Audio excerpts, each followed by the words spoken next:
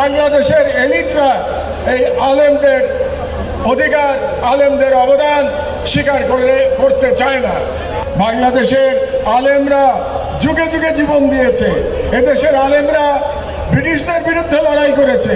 এদেশের আলেমরা হাসিনার ফ্যাসিবাদের বিরুদ্ধে লড়াই করেছে। কিন্তু দুর্ভাগ্যজনকভাবে বাংলাদেশের মিডিয়ায় এবং তথাকথিত এলিট সমাজের মধ্যে এই আলেমদের যে অবদান সেটা স্বীকার করা হয় নাই, খুবই সামান্য স্বীকার করা হয়েছে। এবং কারণ বাংলাদেশের এলিটরা এই আলেমদের অধিকার, আলেমদের অবদান স্বীকার করতে চায় না। আপনারা অবগত আছেন যে আমার দেশ আবার নতুন করে প্রকাশিত হওয়ার পরে আমরা প্রতিটি শহীদের কাহিনী বর্ণনা করেছি। আলহামদুলিল্লাহ আমরা এটা করতে পেরেছি।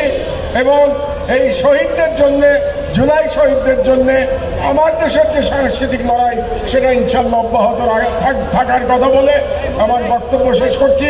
আল্লাহ আমাদের সহায় হোক এবং মহান শহীদরা, মহান জুলাই শহীদরা, শাপলার শহীদরা, সকল শহীদ তারা অমর হোক।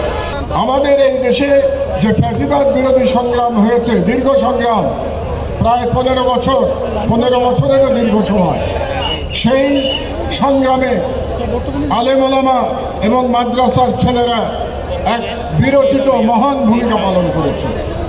এবং এই লড়াই শুধু 24-এর লড়াই ছিল না, এই লড়াই তার অনেক আগে থেকে শুরু হয়েছিল, যেটা আমার সহকর্মী বলেছেন যে শাপলার আন্দোলনের মধ্যে দিয়ে এই ফ্যাসিবাদ লড়াইয়ের সূচনা হয়েছিল। এবং সেই শাপলার যারা শহীদ হয়েছিলেন তাদের প্রতিও আমার শ্রদ্ধা এবং তাদের মাগফিরাত কামনা করছি।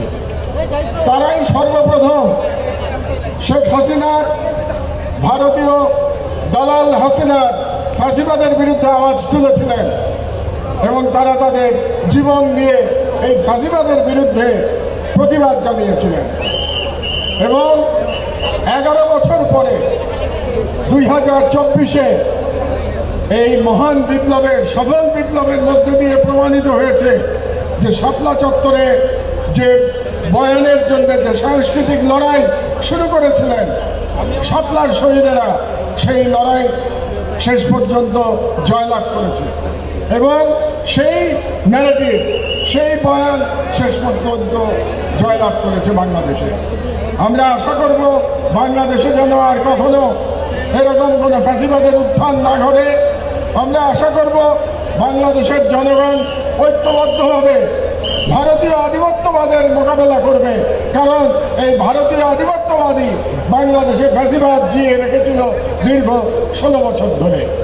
কাজে এই ভারতীয় আধিপত্যবাদ সম্পর্কে আমাদেরকে সবসময় সজাগ থাকতে হবে। আজকে বিপ্লবের 1 বছর পরে আমরা যখন দেখতে পাই যে সহযোদ্ধাদের মধ্যে অনৈক্য সৃষ্টি হয়েছে, তখন আমরা খুব কষ্ট পাই। আমাদের মনে হয় যে এই অনৈক্যের মাধ্যমে আবারও ভারতীয় আধিপত্যবাদ এবং শেখ হাসিনার ফ্যাসিবাদ প্রত্যাবর্তনের রাস্তা খুঁজে নেওয়ার চেষ্টা করবে।